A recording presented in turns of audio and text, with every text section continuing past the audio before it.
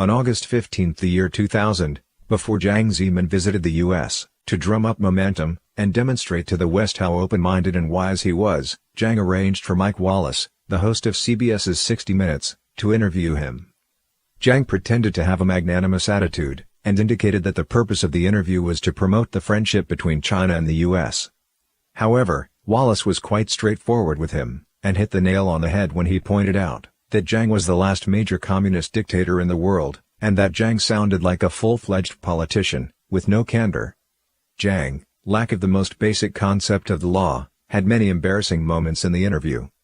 For example, he didn't fully understand what positions he held, and forgot some very basic facts, such as that the National People's Congress simply does not have the right to elect the members of the CCP's Standing Committee.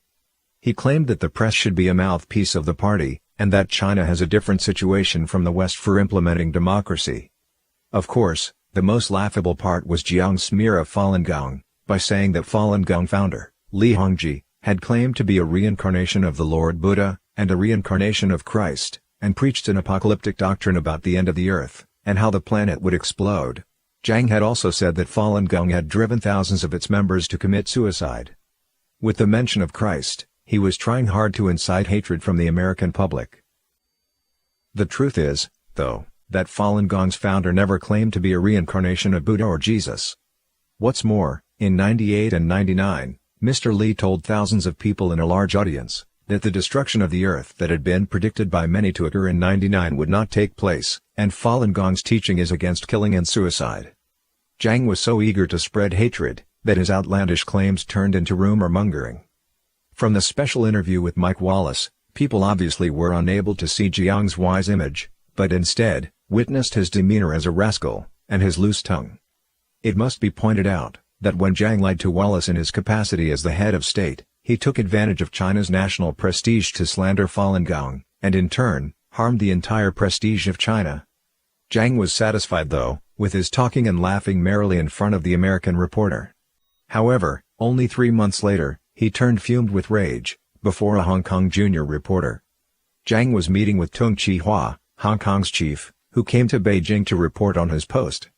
When a female reporter asked Jiang if Tung Chee-hwa's second term was assured by Jiang's imperial order, Jiang grew so furious, that he accused the Hong Kong reporters, with his incoherent Cantonese and English, of asking simple and naive questions.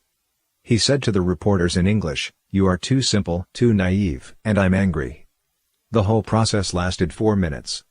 He even shamelessly asked the reporters to forget professional ethics, just shut up and make money.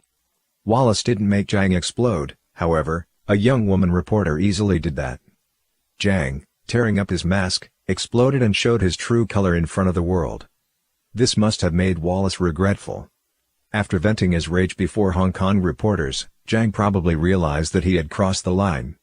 He then pointed his fingers at the reporters, and warned that if their reports had deviations, they would be held responsible. The Hong Kong's media was shocked by Jiang's admonishment. Nearly all the daily newspapers reported the story with very eye-catching headlines, describing Jiang as behaving rascally.